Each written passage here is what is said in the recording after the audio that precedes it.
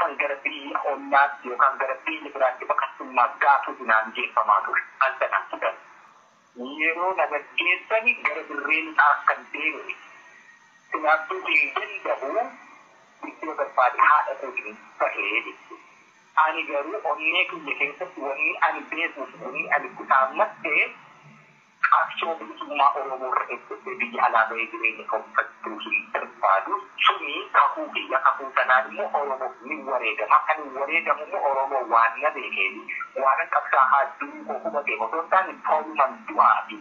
Maaliif saaba hin beekne wallaalummaan irraa barachuu qabuurraa fi mataa isaa irratti godhuu ijaarratti gaaffiin gaafachuu dhadhaa siyaasaa kana keessaa daddabarsuu qaba hin dandeenyeeti kan qabsaa'an malee saba of beeku saba barate saba mirga ofii gaafatu saba dirqamaa mirga isaa beeku saba waan isa nyaatuu isa baasu beeku sanaaf isa qabsoo gaggeessan kanaaf Oromoo tolma duuna kana jedhu haala akkasiin dirree liqaa dhufuu keessatti ji'a 3 fi itti digdamii tokko Sudaaniin qaxxaamuree deemee dirree liqaa seene gaafa seene akka duwwaan seene gaafa seene erga jaan laggataa wajii wareegamee maqaa waraana bilisummaa Oromoo zoonii dhihaatti namni tokko hin turre. Haala kanaan dirree seene dirree duwwaa sana taakuu fi osoo badanni tokkollee ittiin badee qawwee manfaan yookaan akkatti dhalametu jira. Sana seenaaf hin har'an dubbatamu. Kan dubbatamu qabu wanna nama guddaa jechu malee akkaataatti qabuutu arbene miti. Akkasiin jalqabe. Haala kanaan lollee ifalle dhiiga fincaan booyyuu akka inni gaaffii nurraa gaafatee fincaan booyyuu tolchulee jechuudha. Bifa kanaan karaa nagaa gannaan dhalate.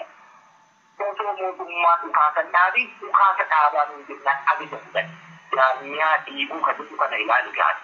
Ajajaan lafa qabattee jirtu humna taatee jirtu irratti illee dhukaasa dhaabisee itti fudhachuu caalaa ajaja fudhachuu hin jiru addunyaa kanatti. Ajaja sana fudhannee dhukaasa dhaabne. Dhukaasa dhaabuu sana keessa mootummaan lafa irraa nu buqqisuu fi lola itti fufuu ture. Ajaja waan inni sana qabamnee dhufaa ture. Haala akkasii keessatti immoo inni itti aanu biyyatti galuu irraa dhufe. Biyyatti galamuun duraa waa'ee dhimma waraana bilisummaa Oromoo fixachuun dirqama dhiiban.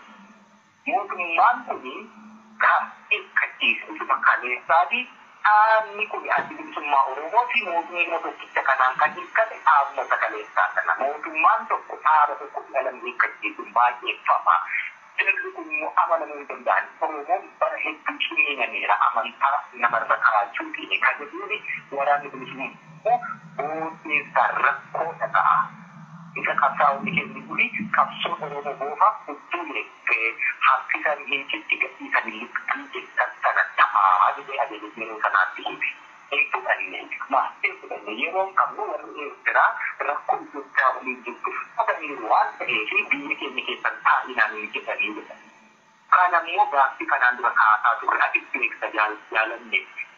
Eertiraa baqanii itti baqanii kannaan biyya itti baqanii dhamanii qabsoo Oromoo hiriyyummaa irratti hundaa'e Oromoo bilisa bahee biyya isaa qabatu akka isaan hin keenye beekna jaarroleen keenya kana jechuun hin dandeenye yookaan immoo iddootti baqatan waan dhabanii fi bakkuma baqatan waan ta'eef akkasitti deemnee taa'aa ture kanatti dhalatee gaaffii makaleessa kaasaa ture dhalatee kanaaf warri kun itti rakkootaanii fiqatanii durayyuu hin barbaadanii kanaaf hin fidanii haayaa. Maal wayyabe gara alaatti bahaati rakkoo keenya kana bakka namni sadaffaan yookaan qaamni sadaffaan jiru akkuma jettan sanatti xumuramee akka lammataa hin taanetti gaaffii Oromoo deebii argachuu qaba. Haga gaaffii Oromoo deebii argannetti immoo amma akkuma kaleessa xiyyaaraan guuramtanii galuu jecha Oromoon ijoollee isaa akkuma kitanii qabsoo kana keessatti bituun dirqama hin turre sirrii hin turre jennaan inni dhabee biyyatti galamee dhufu. Gaaffiin waraana bilisummaa Oromoo deebii arganne biyyatti galan. Biyyatti galamuu qofaa miti. Jaarsummaa ani kanaan dura kanan beeku gaafa qeerroo fi qarree Oromoo fi jirtu gaaffii ergaa gaafattuu warra akka abbaa duulaa gammadaa faatu namatti dhufee nama tokkodha. Malee hooggansi abaa'oo ka umurii isaa guutuu qabsoo keessatti dabarsee waliin dhaabbatee gaaffii sabaa deebisuu fi jaarsummaa itti dhufee asii achi waliin jaarsummaa deemuu nutti jaarsummaa ergamu ture. Gaaffii isaanii itti dhiyaate hiikkadhaa kan jiru mootummaa irraa osoo hin taane qaama keenya irraa nuti. Wanni akkasii hiikkadhaan kun immoo qabsaa'ota kanaan dura miseensota waraana bilisummaa Oromoo kaampii waraanaa keessatti hiikkatanii kooleeraa fi garaa kaasaaf fide 1,140 ta'uu kanatti deebii argannaa biyyeessaa hedduun abbaan biyyeessaa hedduun ala ilaalaa hafe kanatti hin seennu jechuun achirraa dhalate.